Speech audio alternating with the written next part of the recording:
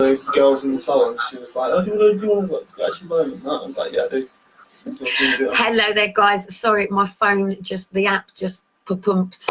So I've come into the kitchen to go on the laptop, so I'll probably shoot in there because Liam's studying for his assessment tomorrow. So and also it just sort of takes away the whole going to a dark place with it, because there's in the dark place is a celebration. It's a big move for Liam. So he might even say hello. I don't know. He sort of says, I don't like asking anybody for anything, because he's like, or not even, he's getting really good at networking, like amazing at networking, but why wouldn't he be? He's my blood. So but he said to me, I can remember like when we were at a time where we were sort of like, we had the car and I was literally taking all my clothes and literally taking them to them things where they weigh them in and selling them just to get the petrol to get to the next bit, or to get us food for that night or something like that. And you know, building my coaching as I was going, and Wonga loaning it up and Payday loaning it up to the fucking hilts and stuff like that, and everything that was sort of going on just to sort of keep us going and things. So but as you know, like, you know, in June 17th, went to court, care and placement orders, bang. The next day, eviction, bang. They had my car taken off me, bang. I had non-molestation order put on me, bang. I had draconian gagging orders on me, bang. And literally, Liam came to court with me and walked in with a can of Tango and was marched out of the courts, and I was left in the room by myself. Okay. 2 seconds, guys.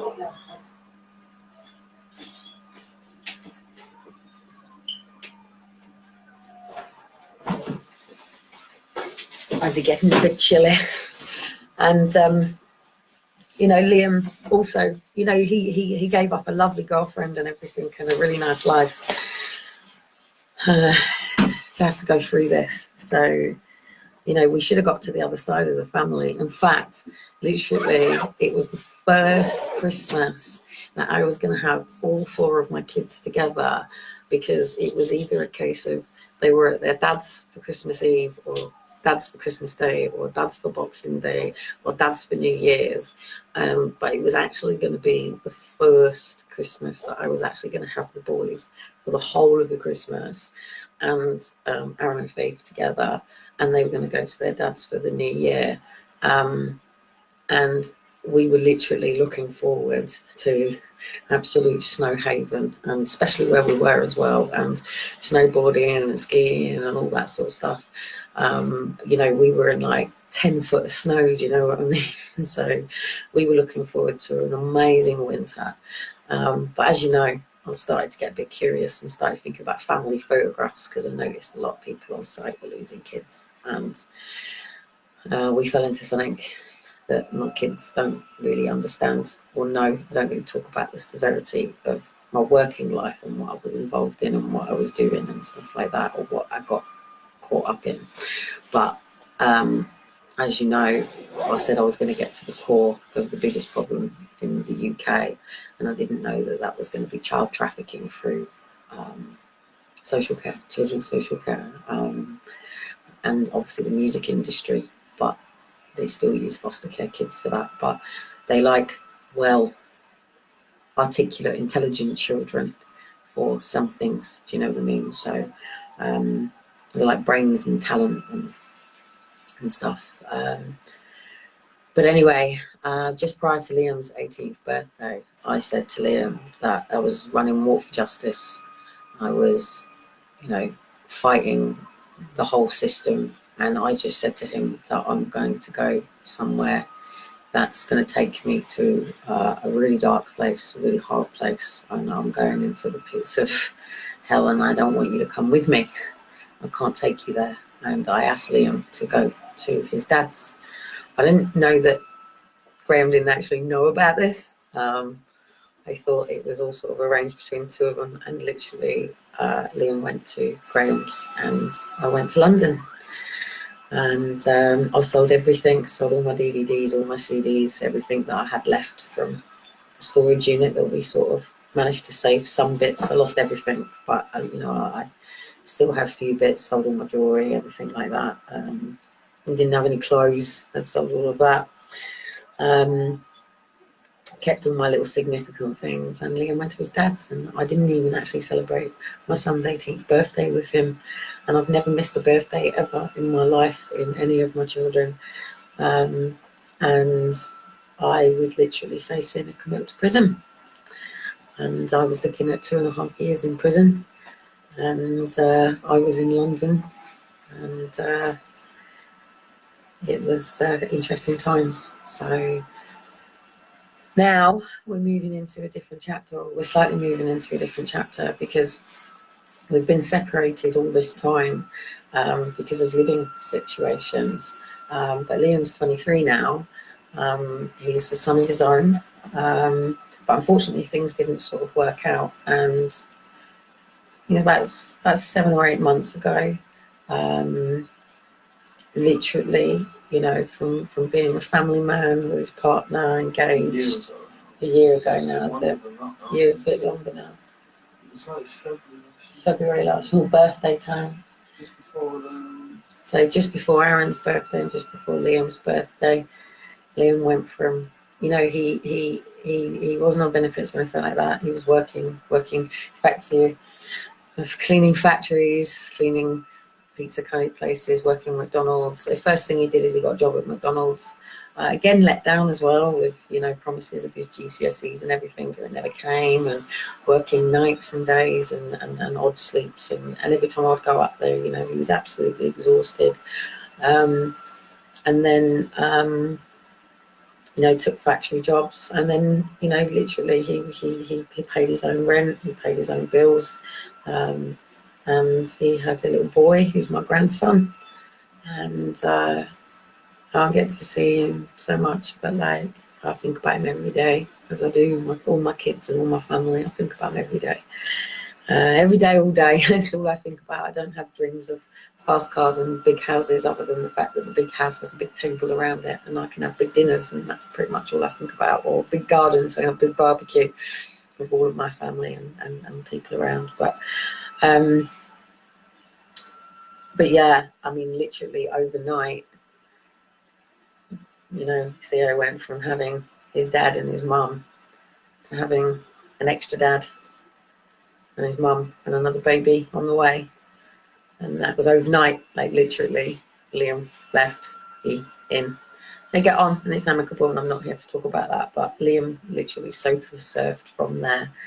And blessed that we'd lived in Leyland 13 years, that he had good solid friendships with the people that he's been with since he was 3, and was able to go and stay with friends. And I couldn't help in any way, shape or form. I didn't even have a home at the time. It was certainly not something that I could have done within the area.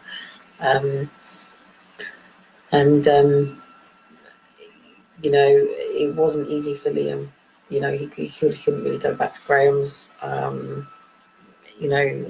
Liam, as you know, isn't Graham's son. Graham knows that. We've all known that, and James's life is different to Graham's. So anyway, literally, it got to the point where Liam started to really battle with depression and suicide and everything. We were on the phone, and I just said, Liam, just come here, even if it's for a day, a couple of days, a couple of weeks, and just decide what it is that you want to do, and take it from there. And, we'll either go, I was packed up. So it was like, look, let's make the decision together. So rather than just me make a decision, let's make the decision together on what's going to happen, where we're going to live, and how we're going to be back with our family. And I paid for Liam to come down, and that's what he did. And we sat with Dean the day after, and Dean said, look, the best thing is to really do is to go and get a bigger house for cheap rent, and between the 3 of us all plough into it and keep it going, rather than all of us living individually and stuff like that. And we were like, yeah, cool, it's a good idea. Obviously, as you know, something's just flipped out with Dean over Liam. I have no idea what's gone on. And he's always really admired and loved the fact that you know, my children are a reflection of me. So when people are meeting me and they're going, oh, she's had Aaron and Faith take on, but what? But hang on a minute. Then they look at Liam and Daniel and they go, you know, that's now sort of doesn't make so much sense. So, but Liam come down here. I'm in a 1-bedroom flat. It's been a nightmare in comparison to obviously living as if we had our own rooms and homes and we can just have dinner at the table and hey, who's doing what and chore charts and that. You know, it's a 1-bedroom with 5 people's stuff, and you know, Liam hasn't even got all of his stuff bits here. He's lost everything as well, lost stuff. It all was in the house, and then she gave up the house and all that's gone. So literally it's starting from complete scratch. So the moment he got here, he put an application in for universal credits. He couldn't do it up there, but he did do, I think he actually only took 1 payment. He went for job interviews, and it was things like bar work, festival work, and he was literally, he's been talking to me, obviously, coaching mummy and all this sort of stuff. I've been like, what do you want to do? Where do you want to be? What do you want in life want to be? You said what you're going to do and stuff like that. And he announced that he wanted to be a hairdresser. I said, that's funny, because are you always in trouble as a kid for cutting your brother's hair and trying to snip at mine? Obsessed with brushing my hair and wanted to put my hair on ponytails when you were a little one. So that makes a lot of sense. And no, he's not a gay hairdresser either. He's actually a straight hairdresser. Mummy doesn't want to know anything else. But you know, he made that decision, and he was literally, he sort of left to go to an interview down at the fair to do a cleaning job, and he went down, and on the way back he literally decided to walk into the top stylist hairdressers here of Southsea, and there was actually, it literally just gone up. The funny thing about it is the post was sent on their crack book from Wales in a competition on my grandson's birthday, as Leon was literally on the way back on the coach here to Portsmouth, because he left here and went back up to Preston to see his son for his birthday. And literally on the way back, this company literally posted on their social media that they were looking for an apprentice, and Liam was like, whoa. And he literally, he just walked in. And he'd written his CV and everything for all these jobs, and it was all factory work, and experience, McDonald's, stuff like that. And the guy there just said, look, come back tomorrow and write me a mission statement CV for what it is that you want to achieve as a hairdresser. And literally Liam come straight back here, sat there, printed it up, and went straight back down.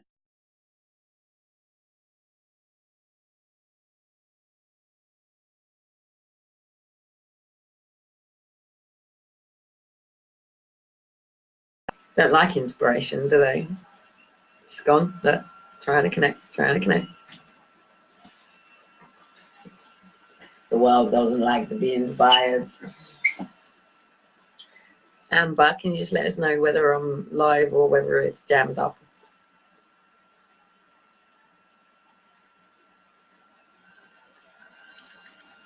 Yeah, I'm going to do your thing now, so.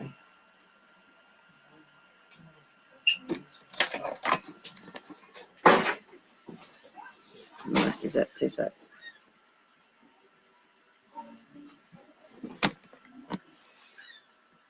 There cannot be any internet issues.